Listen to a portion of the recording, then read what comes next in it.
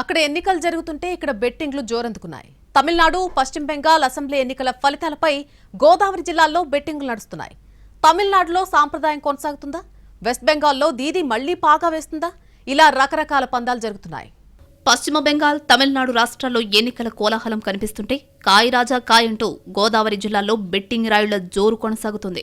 5 రాష్ట్రాల ఎన్నికల వేడిని క్యాష్ చేసుకునేందుకు పందెం రాయుళ్లు సై అంటే సై అంటున్నారు.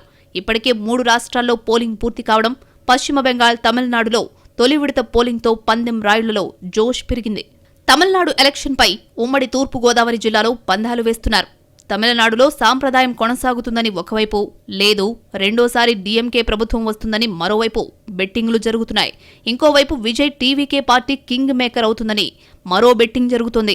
సింగిల్ లార్జెస్ట్ పార్టీగా ఏ కూటమికి అధికారం రాదని మరో విశ్లేషణ జరుగుతోంది.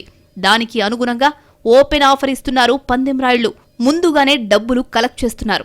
పశ్చిమ బెంగాల్లో సైతం మమతా బెనర్జీ హ్యాట్రిక్ వస్తారని బెట్టింగ్ జరుగుతోంది.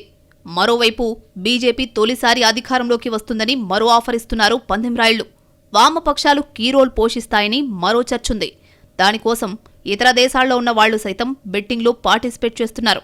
పందాలకు ప్రత్యేకంగా వాట్సాప్ గ్రూపులు కూడా క్రియేట్ చేస్తున్నారు.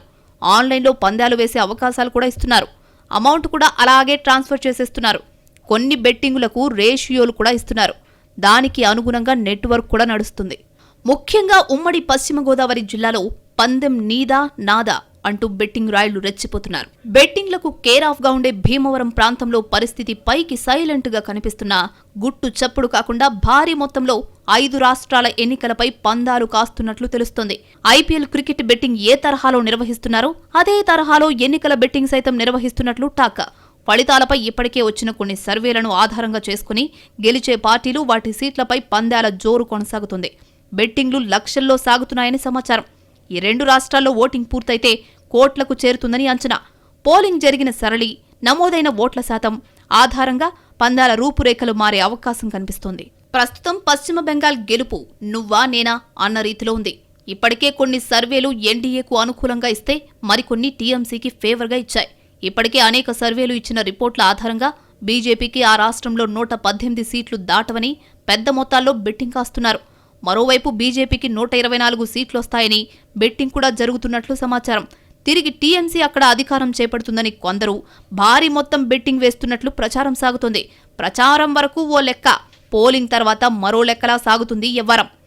మొత్తానికి తమిళనాడు, బెంగాల్ ఎన్నికలపై గోదారోళ్లు మహా ఇంట్రెస్ట్ చూపిస్తున్నారు. బెట్టింగ్కి కాదేది అనర్హం అన్నట్లు కాయ్ రాజా కాయ్ అంటున్నారు. కొందరైతే పొలాలు, స్థలాలు కూడా పందాలలో పెడతాము అంటున్నారు. దానికి అనుగుణంగా వ్యవహారం మొత్తం ఆన్లైన్లో జరిగిపోతోంది.